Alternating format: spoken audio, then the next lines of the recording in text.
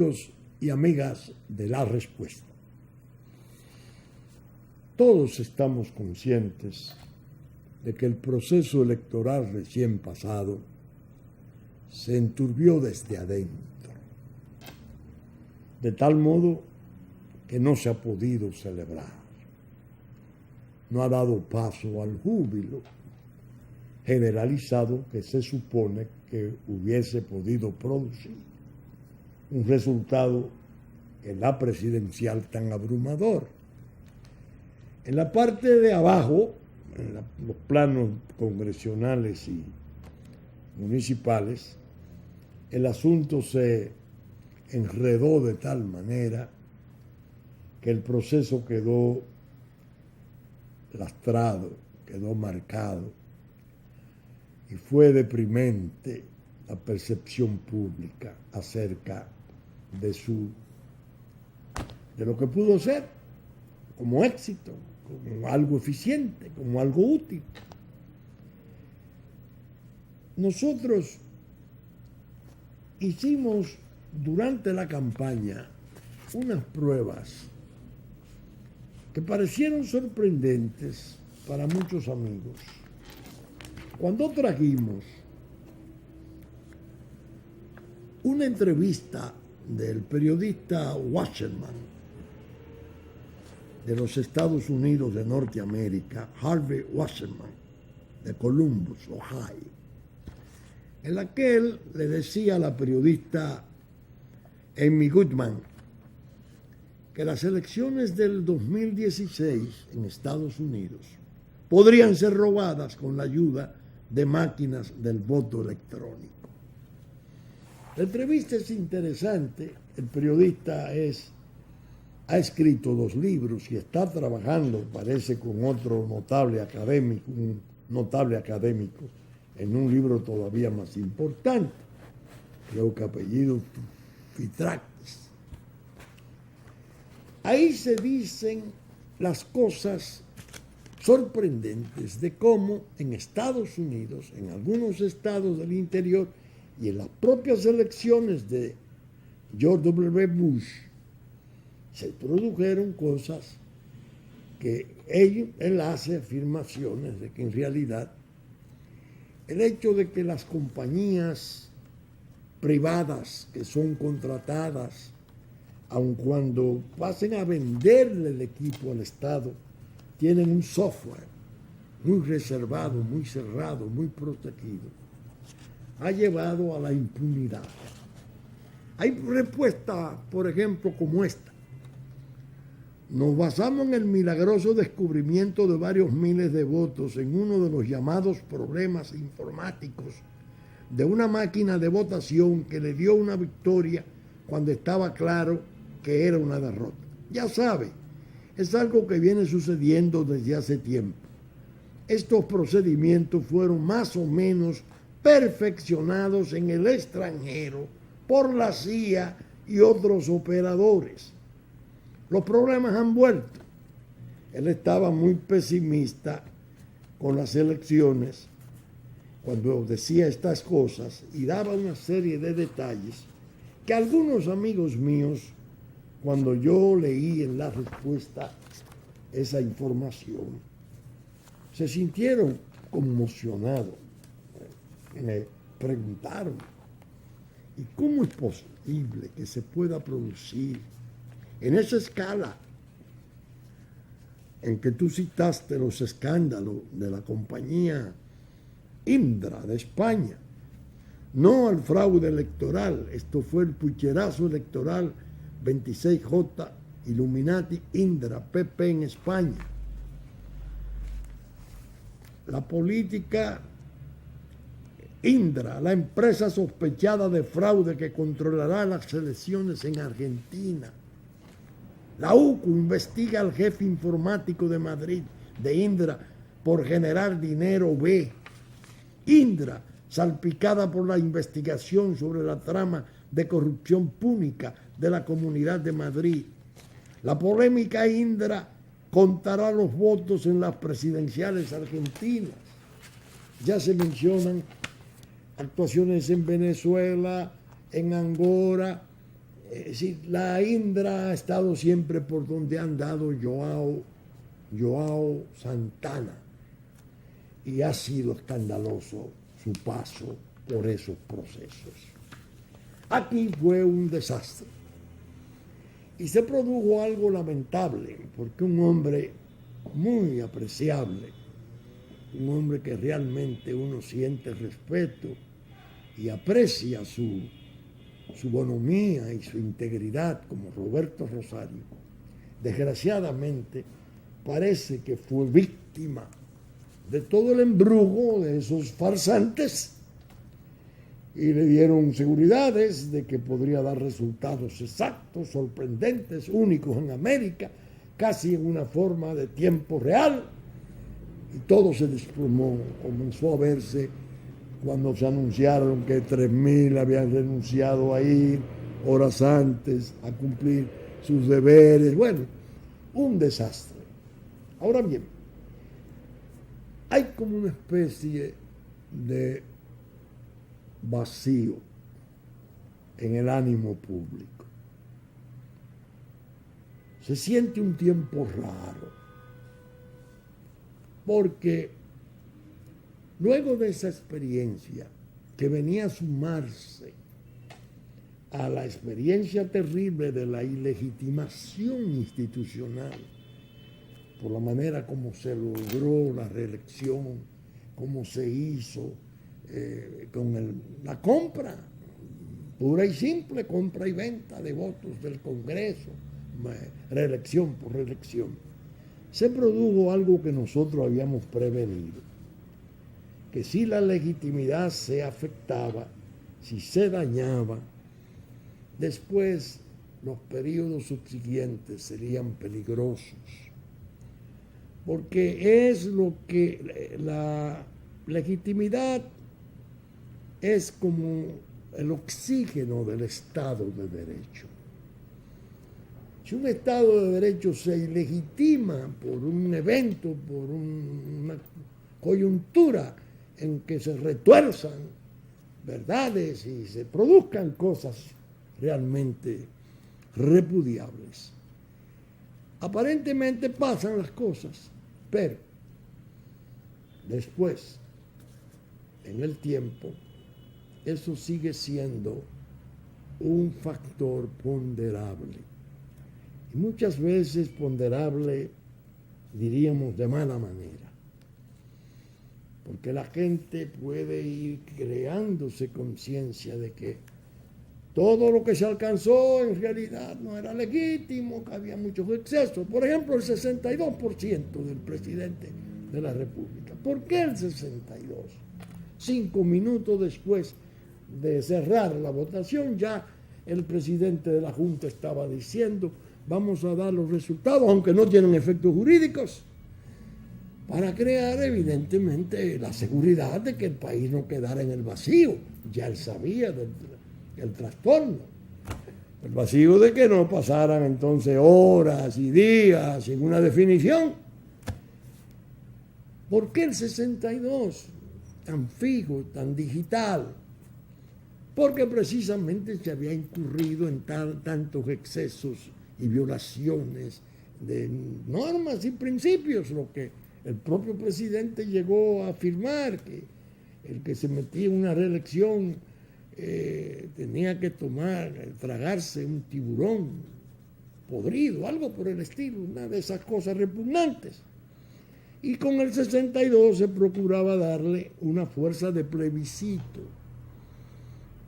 como poner al pueblo a decirle al mundo: miren, aquí no ha habido nada normal, y la prueba es esta votación tan alta.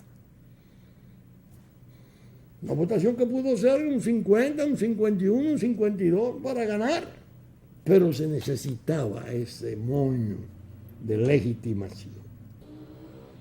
Pero el hecho es que de nada valieron las advertencias, de nada sirvieron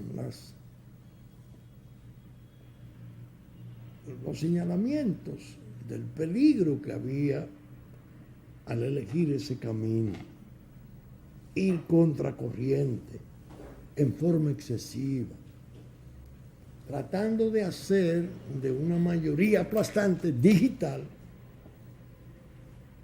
una especie de convencimiento abrumador de que todo había sido correcto y que todo iba bien y que no había necesidad de producir ningún tipo de maleamiento, de distorsión en el proceso mismo, porque se podía ganar, nadie lo niega. Ahora, ¿cómo ganar? ¿Con cuánto ganar? Entonces vino el hundimiento de los otros planos, que fueron los encargados de producir las peores muestras. Las peores muestras.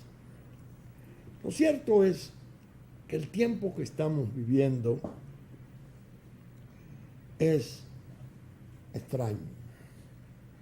Extraño. Con los vecinos se nota el afán de crearle, a como dé lugar, la falsa apariencia de que son un Estado. La geopolítica, claro está, tiene su estrategia. La sabe conducir, está en manos absolutamente diestras.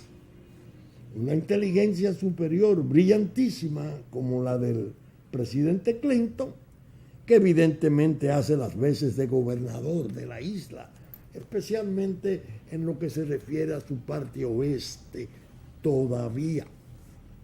Porque en la parte este lo que se está produciendo es el fenómeno de la invasión incesante que ya excede de 2 millones de ciudadanos, de habitantes de aquel lado, ya estableciéndose aquí como una realidad demográfica preparatoria de todo lo que es el plan que finalmente la geopolítica entiende que debe cumplir. Ya ha llegado muy lejos. Incluso en el momento en que se declara Estados Unidos medio vencido en el esfuerzo y retira todo recurso para ver si logran montar unas elecciones allí, aparece en forma extraña, nada menos que en el nivel de Roberto Rosario, que ha ganado un prestigio, que se supo ganar la fe de este pueblo, como que le pueden ofrecer apoyo y ayuda al proceso haitiano. Qué desgraciada situación esta. Independientemente de cómo se evidenció el disentimiento de los otros jueces que no sabían de esto, qué raro el tiempo. Observen que yo he usado la expresión vacío que se está incubando en esta sensitiva etapa, un proceso de reacciones que no se pueden expresar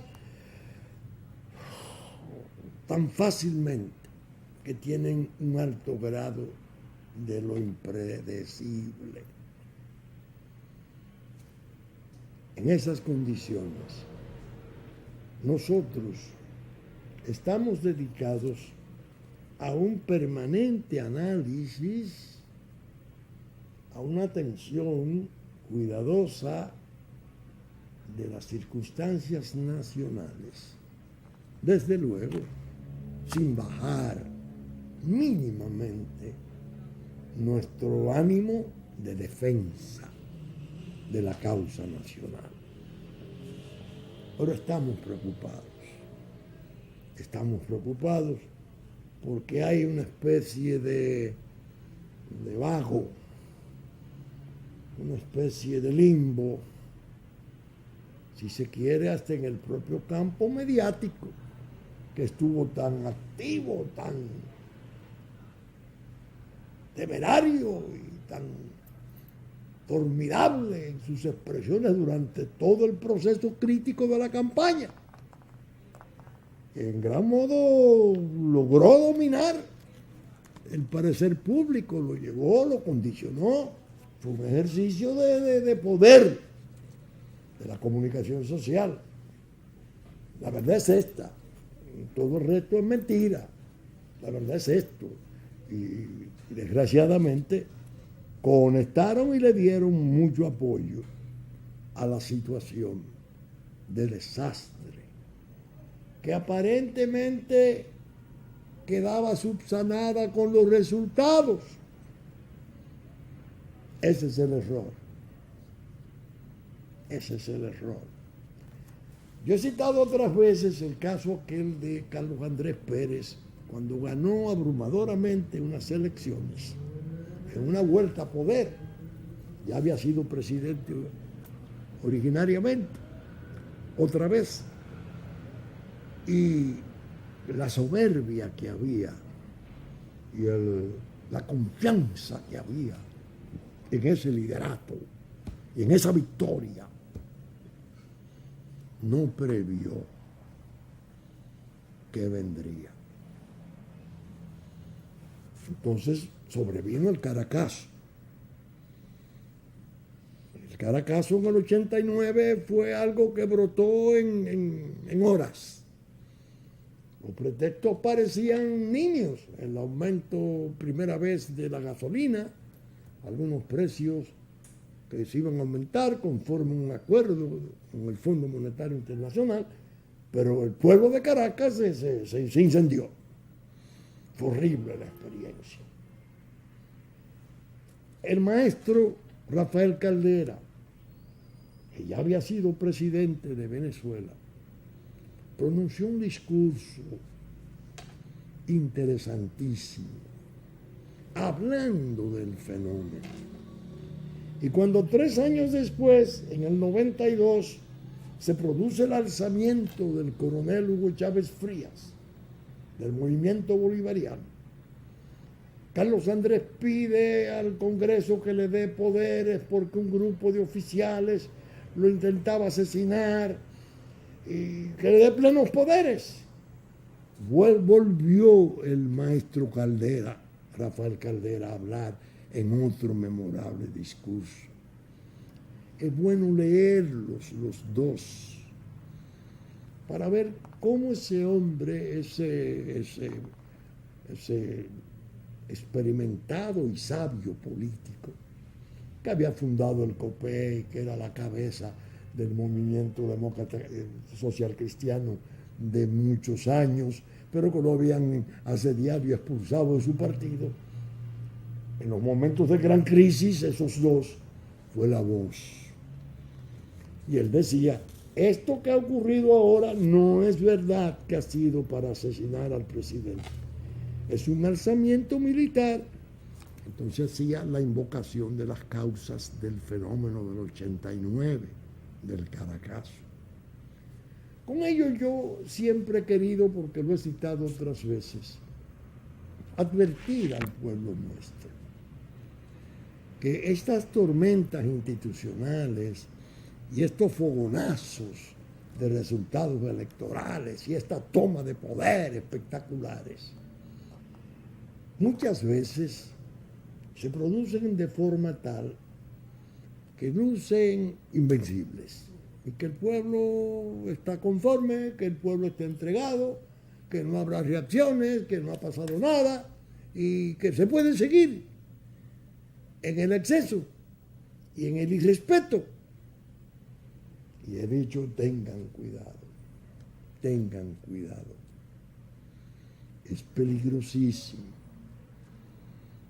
He citado muchas veces incluso un episodio tristísimo nuestro, a raíz del derrocamiento de Don Juan en el año 63, cómo los poderes fácticos, que junto con el poder extranjero se coordinó para derrocar aquella experiencia democrática hermosísima, creyeron que subsanaban todo con un acta notarial. Y concurrieron personalidades importantísimas del país a firmar con la gente que había tenido las tareas prácticas de llevar el golpe a efecto con la fuerza misma. Y aparentaba todo subsanado. Ya pasó. Y estaba el poder de la tierra detrás de esto. Bueno, ¿qué va a pasar? Nada. Nada. Vamos arriba. 63, 25 de septiembre. 24 de abril ya había una tragedia. Una tragedia que era el levantamiento del pueblo con una parte de las Fuerzas Armadas. Y eso condujo a una guerra civil y a una intervención extranjera y todo el horror de vidas perdidas, de daños, etc. Por eso yo este tiempo lo he querido siempre razonar con precedentes. Y es que le he dicho a mis amigos y a mi familia, estoy preocupado, no me gusta, tengo pálpitos extraños, todo está siendo maquinado, hay mucha inautenticidad en los gestos, en las conductas, hay poca sinceridad, se han caído estamentos. La prensa, desgraciadamente, habrá de revisarse. Las propias iglesias cristianas han tenido que pasar por un río hondo de intereses. Y parece que algunas de ellas llegaron a buena piedra en orilla lejana. Y están satisfechas, pero se están viendo las cosas. Y sobre todo el problema nacional está en curso. La gran desgracia de la liquidación del Estado nuestro para hacer el esfuerzo de la geopolítica de ir al Estado binacional y tratar ellos de zafarse de ese clavo caliente terrible que tienen hace 17 años sin solución, que es Haití. De manera que he querido aprovechar esta respuesta antes del 16 de agosto, cuando va a cumplirse este periodo, ya estamos a 12 días, para hacer esa reflexión. Por otra parte, ustedes me oyeron decir en programas anteriores que había un tema muy importante que yo había venido difiriendo, aplazando, porque le puse tanta atención, le puse tanto interés al tema nacional que consideraba que cualquier otro que tratara iba a ser superfluo o no necesario, no oportuno. Es el tema relativo a la seguridad pública, la seguridad personal, la seguridad familiar, la seguridad en general del colectivo está gravemente afectada. La sociedad nuestra, penoso es admitirlo, está enrejada. Y no solo por las rejas de hierro de las ventanas y de las puertas interiores. Mental y espiritualmente se ha enrejado. Hay temor. El miércoles hablaba con una familia muy querida, el padre y la madre, un dirigente nuestro, con 3 de sus hijos. Y me hacían un relato de cómo habían sido asaltados miembros de su familia. Incluso hasta la niña de 10 años. Cómo la habían tratado peligrosamente, de despojarla de no sé qué objeto. Y me contaban cuál era el temperamento, cuál era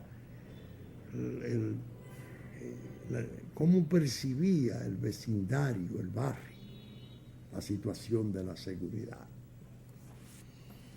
Yo he escrito sobre esto. Ustedes me han visto hojeando cerca de 24 trabajos de conferencias, algunos de ellos largos, desde hace muchísimos años. Y me ocurrió lo de siempre. Mis advertencias, pese a ser tan sólidas, tan fundadas, tan válidas, no fueron oídas. Tuvo que venir el tiempo, tuvo que venir la realidad y su testigo por excelencia, que es el tiempo, para fuerza de lágrimas, sangre, dolor, miedos, imponerse y llevarnos a la situación actual. Hay una tendencia perniciosa en los que mandan, y no me refiero solo a los que mandan desde el poder político, sino los que mandan dentro de la gobernanza, los poderes mediáticos. Una tendencia a pretender anestesiar la sociedad en base a un mecanismo aparentemente deseable. Nuevas leyes. Nuevas leyes porque lo que hay, lo que ha habido, es inservible. Una nueva ley, moderna, es capaz de servir para que se puedan comenzar a solucionar los problemas. Ya lo decía en el programa pasado. La ley de policía. Comienzan a alabarla y a ridiculizar y defenestrar la policía que hemos tenido. Y una serie de cambios. El jefe no se llamará jefe, sino director general, porque todo aquello era puro autoritarismo y despotismo. Y comienzan a establecerle una serie de normas etológicas del comportamiento, los servicios prestados, etcétera, tienen que ser exclusivos. Bueno, y se está haciendo una, dicen los franceses, una mise en scène, una puesta en escena de esfuerzos, equipos para patrullaje. El pueblo que está padeciendo el trastorno no lo cree. Siempre dije, depuren el cuerpo existente,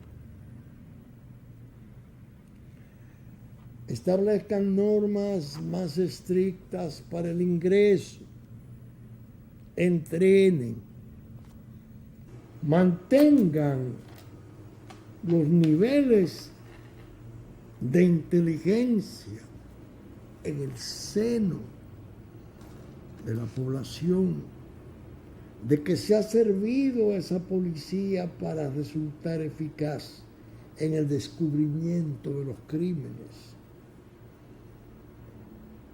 Lo que hay que prevenir es que ese contagio, esa participación tan apretada con los centros donde ordinariamente la delincuencia peor pulula, lo capten,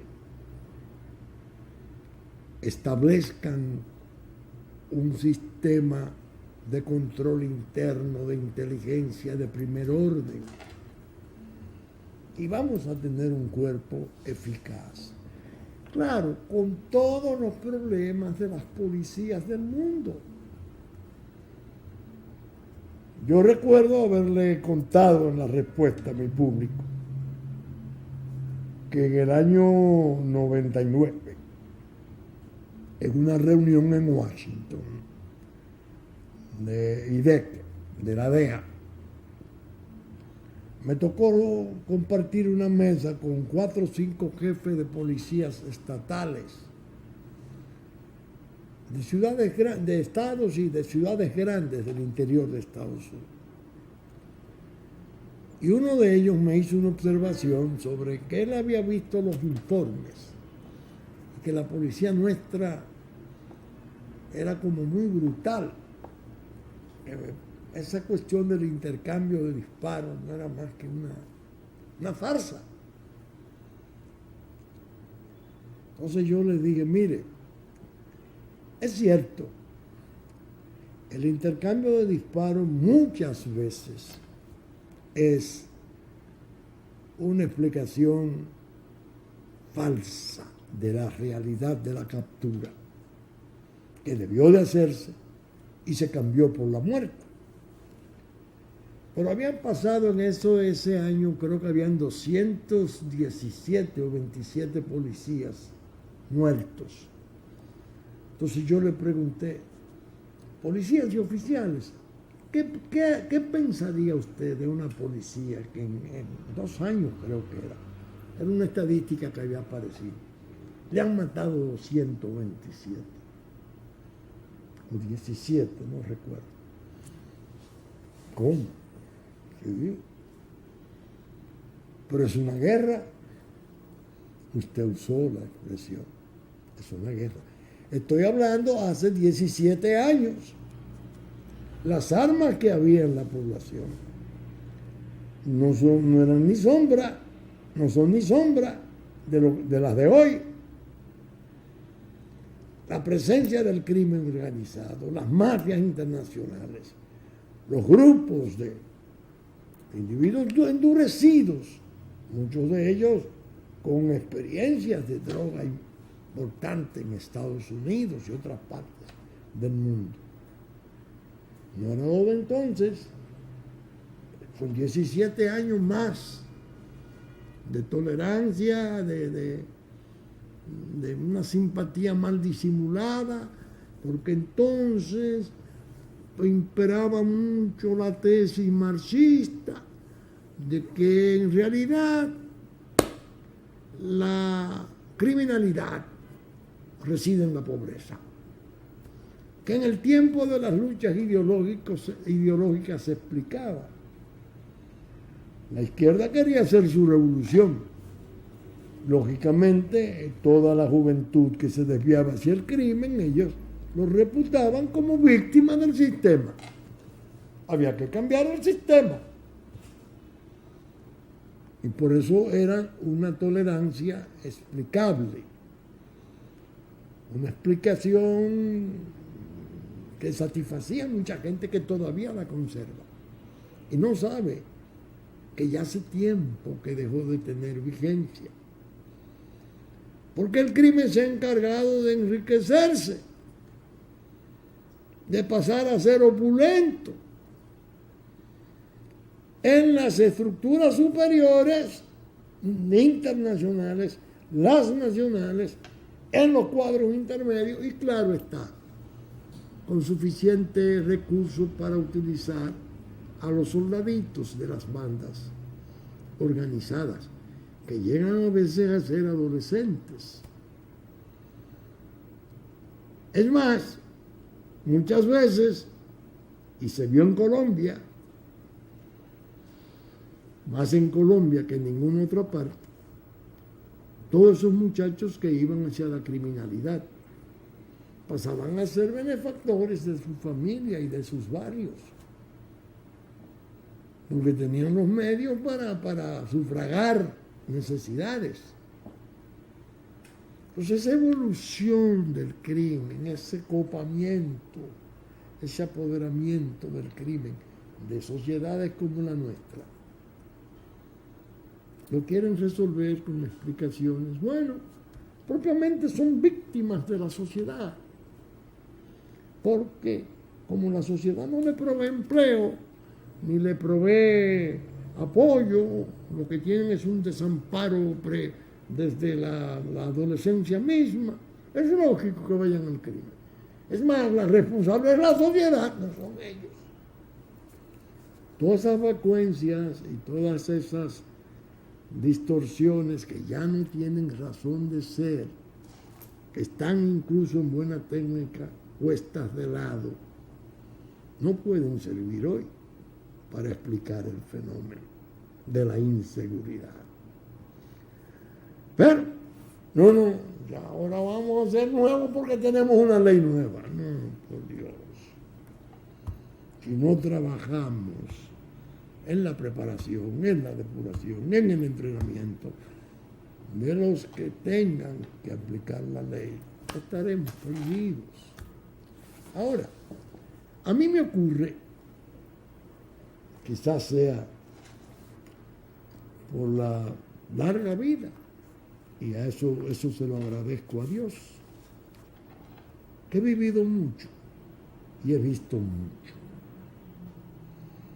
Yo tengo la idea de que el propósito final de todas esas maquinaciones que se han establecido contra la institución policial, declarándola casi como un instrumento de peligroso, de grandes riesgos para la sociedad, están en el fondo planeados para terminar por su transformación, cuando no por su disolución en la estructura de alcance nacional que aparece. Hay muchos que sueñan con las municipales, provinciales, regionales. Yo que viví en el 2006 un episodio terrible, cuando un embajador de Estados Unidos va con su personal más importante a una entrevista con un presidente nuestro, Leonel Fernández, y invita a ministros y le hacen una demostración en un PowerPoint de lo que sugiere Estados Unidos en el 2006 para poder arreglar la cuestión fronteriza. Crear una milicia civil fronteriza y sacar el ejército de frontera, porque el ejército no resultaba capaz de sobreponerse a las tentaciones del soborno.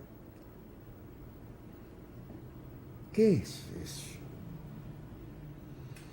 En aquel momento no se vio claramente.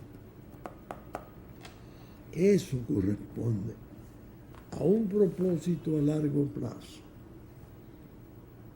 de la geopolítica.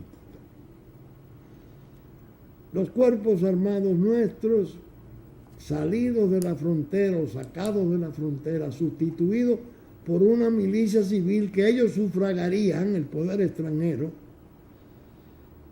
estaban irremisiblemente propuestos para su disolución. Bueno, en Haití se produjo. Y ya se saben los resultados. Pero, ¿para qué ejército? Mejor logramos lo que lograron. Un pacto de presencia militar sofisticada, masiva, que el país se vino a enterar de que existía por una decisión del Tribunal Constitucional. ¿Qué está pasando? ¿Qué es lo que están maquinando? ¿Hasta dónde van a llevar estos factores de la geopolítica con sus cómplices nacionales del alto empresariado, con sus cómplices nacionales de la política? Ensayos peligrosos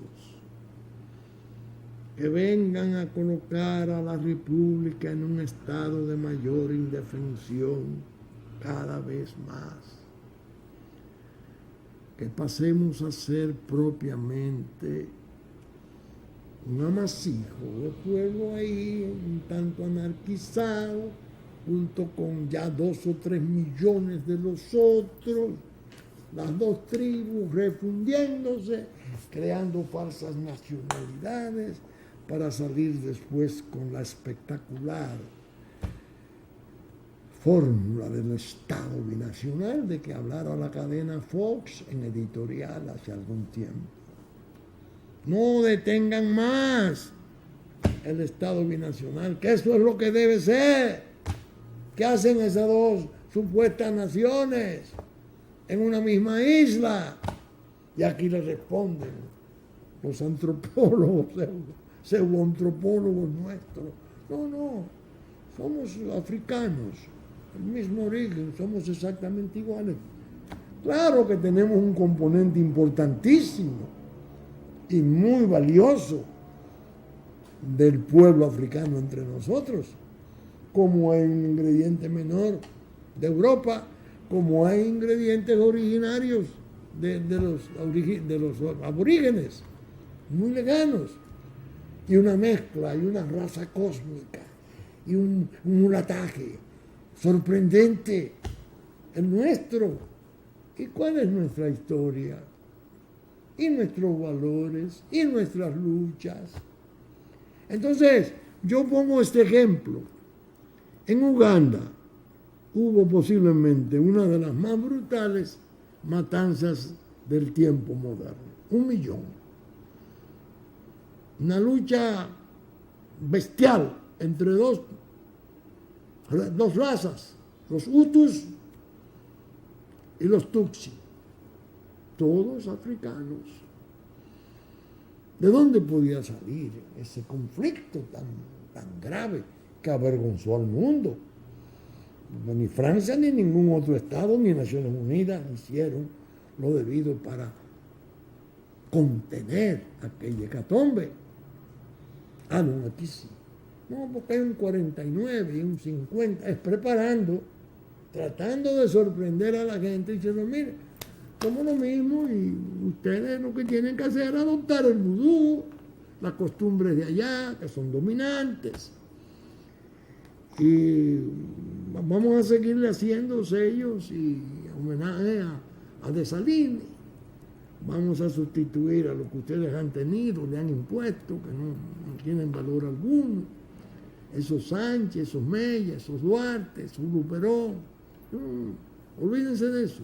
Es un nuevo Estado con 2 naciones.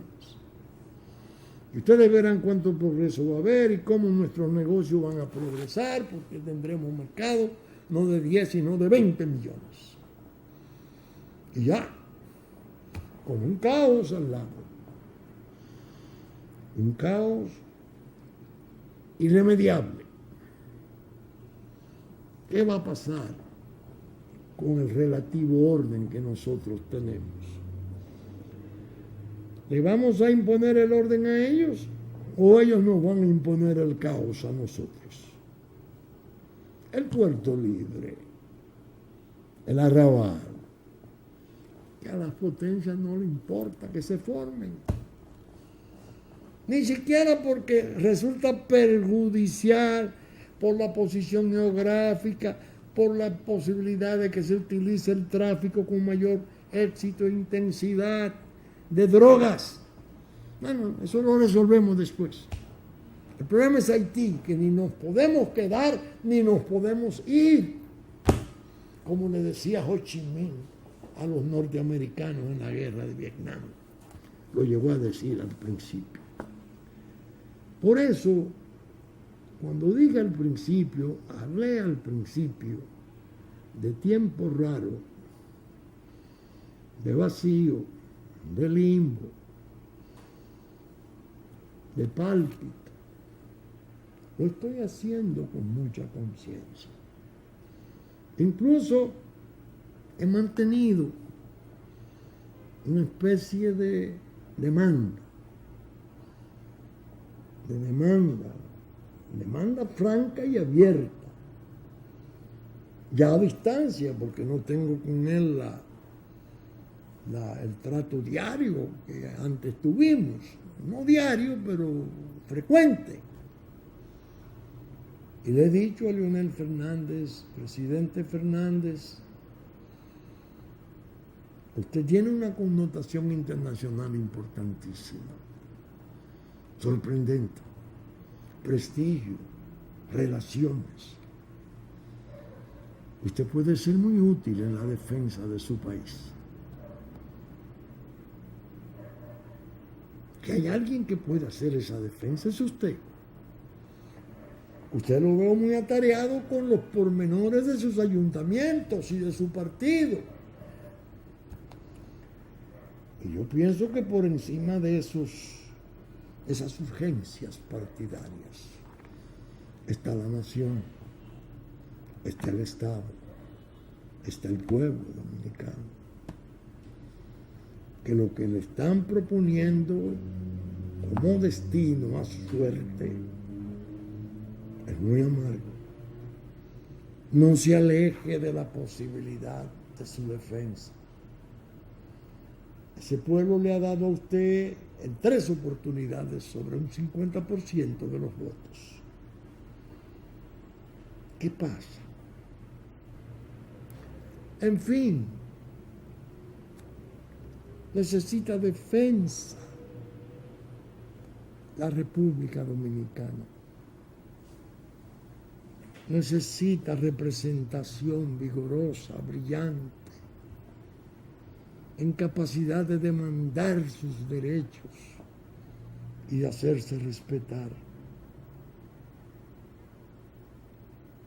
Como ustedes notan, no es una conducta cualquiera la que he querido observar. Veo los partidos, desgraciadamente, hundidos en una especie de inepcia, de ineptitud para abordar esos temas. Se advierte una carencia de voces. La mía, ya he dicho muchas veces, no se ha oído. Y yo no he desfallecido. Y he asumido riesgos. Y los míos han pasado por momentos difíciles de gran desasosiego. No nos han hecho caso. Pero no nos hemos amargado. Porque sabemos que hay que cumplir deberes, por cruentos que estos sean. Pero y aquellos que sí tienen las condiciones de hacer la defensa, el caso de Leonel Fernández, que es excepcional. ¿Qué es lo que vamos a hacer? Esperar para acudir todos a esas labores de representación de nuestra patria herida de muerte. Ahí están las elecciones norteamericanas. Evidentemente el señor Trump, con sus exabruptos y sus violencias verbales y su incompresión, no va a ningún lado.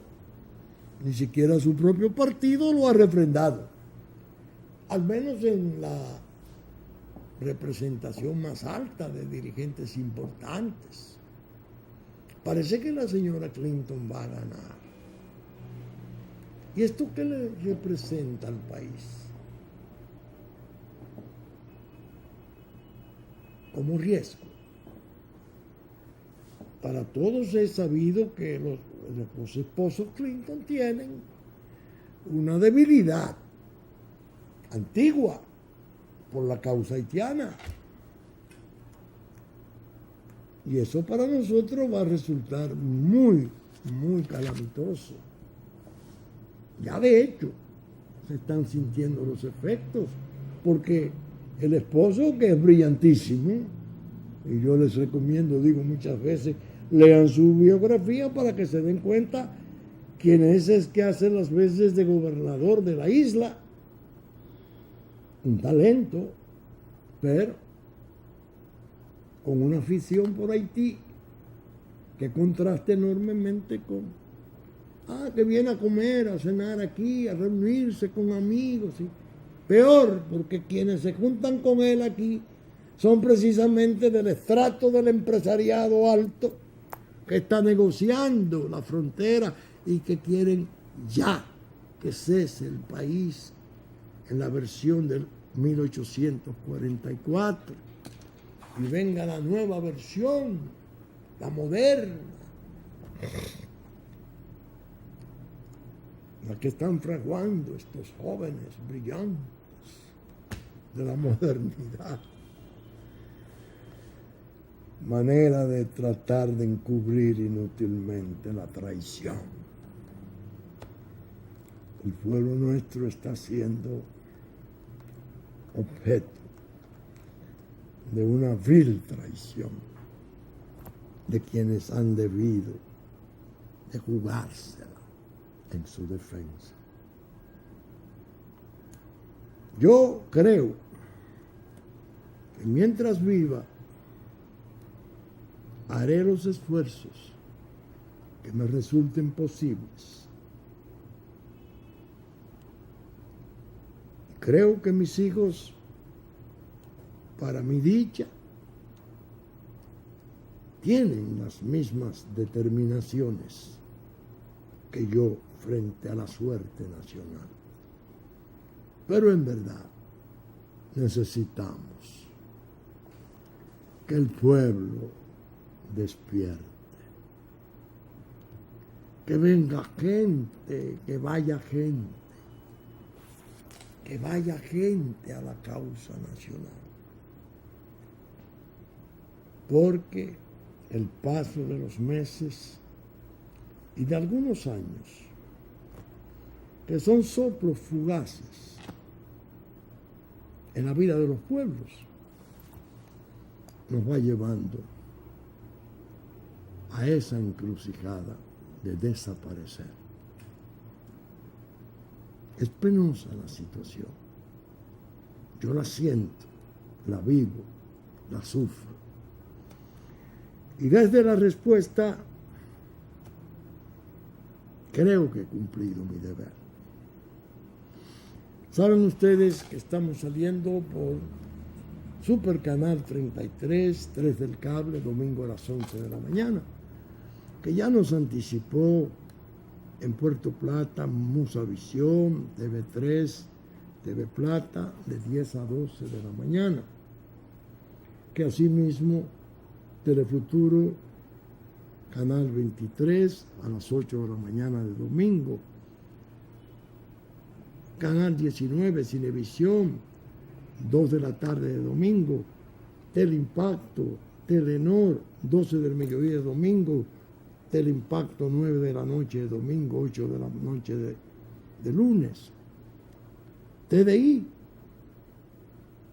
Canal 51, 7 de la noche de domingo. Radio Diario Horizonte de New York y Diario Digital Dominicano, que reproducen nuestros contenidos. Radio Real de la Vega, que difunde nuestra versión central. Y los canales amigos de Sabaneta, Higüey, Romana y Montecristi. Con la gracia de Dios esperamos estar con ustedes el próximo domingo en una nueva respuesta. Muchas gracias y hasta entonces.